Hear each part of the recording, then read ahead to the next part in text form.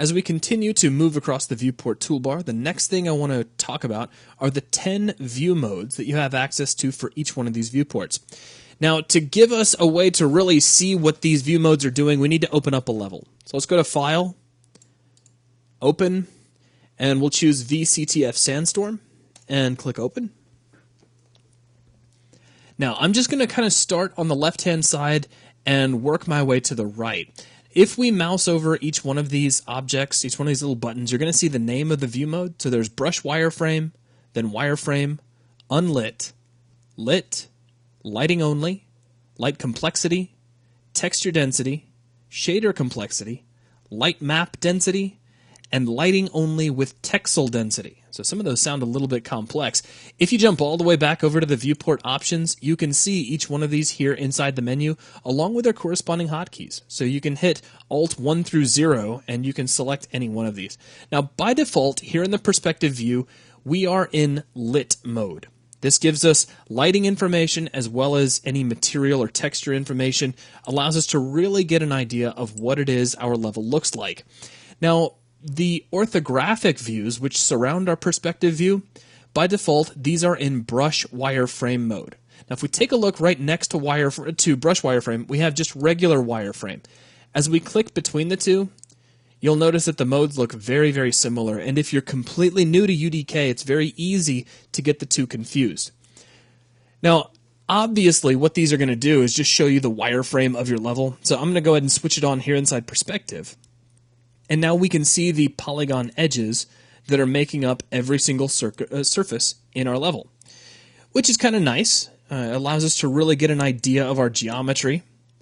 However, as I switch back and forth between wireframe and brush wireframe, the change that's going on is subtle, and I'd like to illustrate it by hiding a few objects. Let me take the perspective view, and I'm going to make it nice and big by clicking the Maximize Viewport button located at the far right-hand side of the viewport toolbar.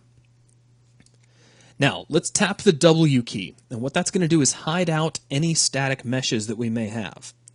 I'm also going to tap the T key, and that's going to hide out any terrains that we might have. And if you have any volumes visible, you can hit the O key to make those disappear. So that's W, T, and O. Now, currently, I am in brush wireframe view, and you're going to see a lot of these shapes scattered across the level, like blue, interesting shapes. They're kind of like elongated boxes.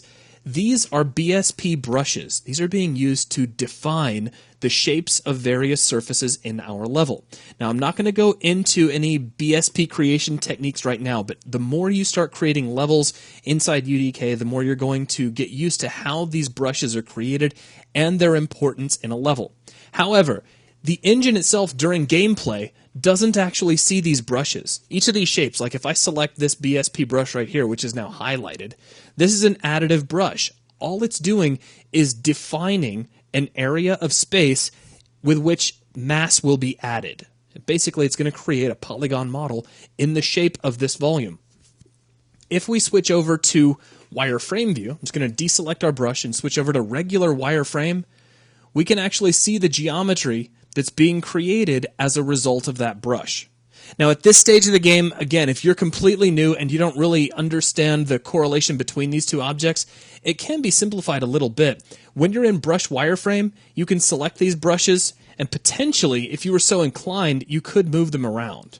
You could edit them, you could change their shape in geometry mode if you wanted to.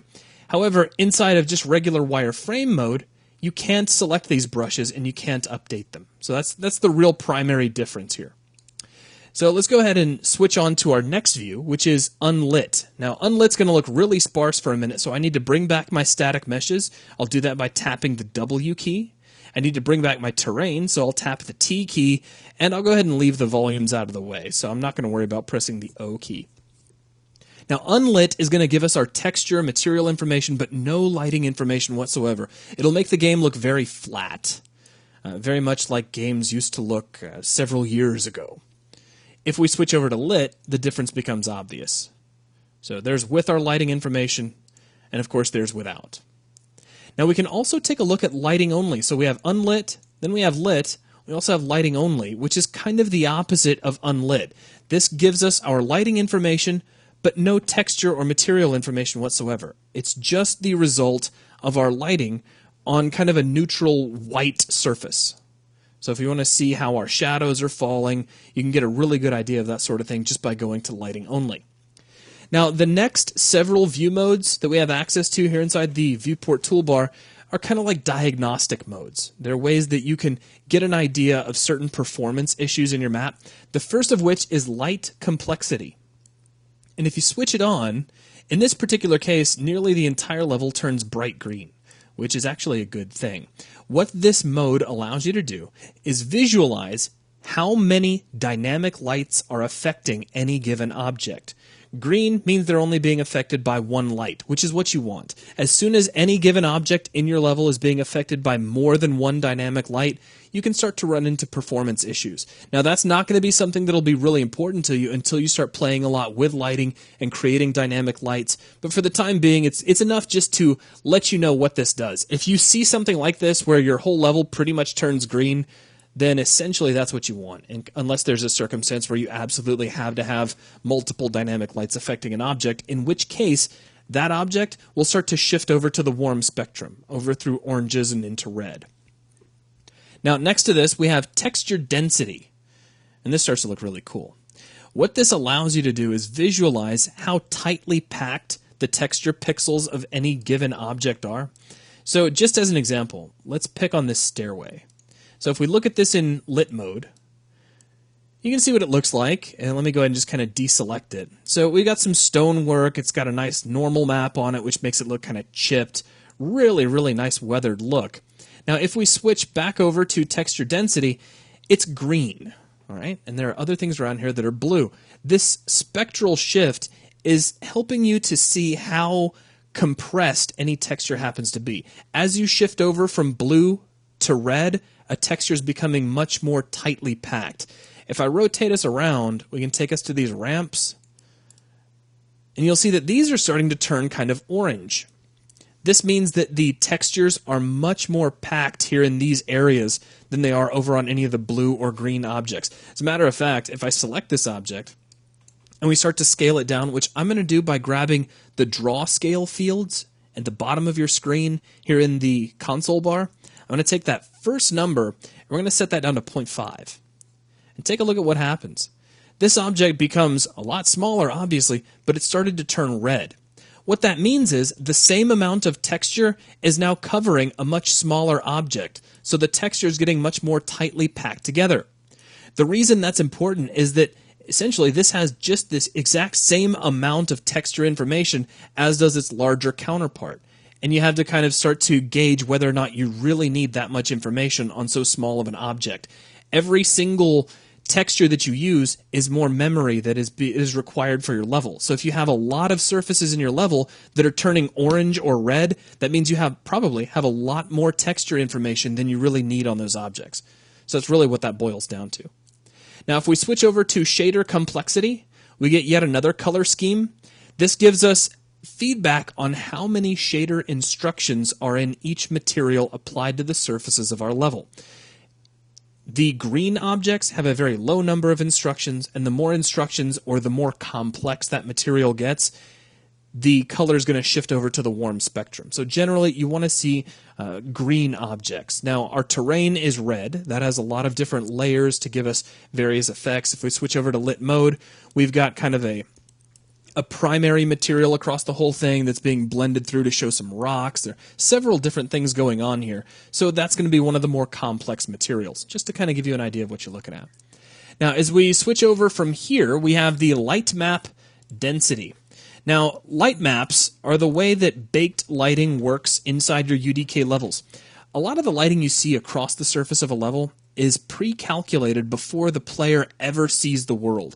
It allows things to be handled a lot more quickly when the player is actually running around if a lot of that lighting information is already pre-baked.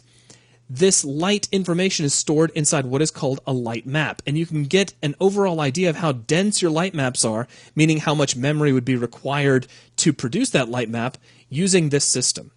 So you can set up the ideal density, You can set up the maximum amount of density that you'd be willing to tolerate, which by default is set to 3, and then you're going to get some color coding to represent how dense your light maps are. Now, by default, in this particular level, the light maps are all pretty low, and it's a little hard to see which objects have tighter light maps, but you can see we have some objects here that obviously have much more dense light maps. If we switch back over to lit mode, we can see why. They've got some interesting lit properties about them, much smaller models.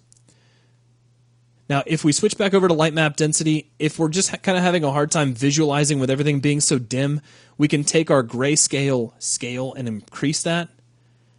And that's just kind of taking the overall output and boosting the contrast on it.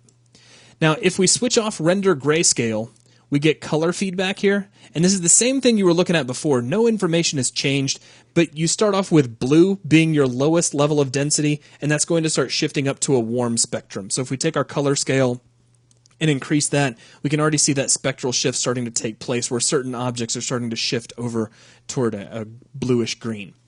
So that's a quick look at our light map density.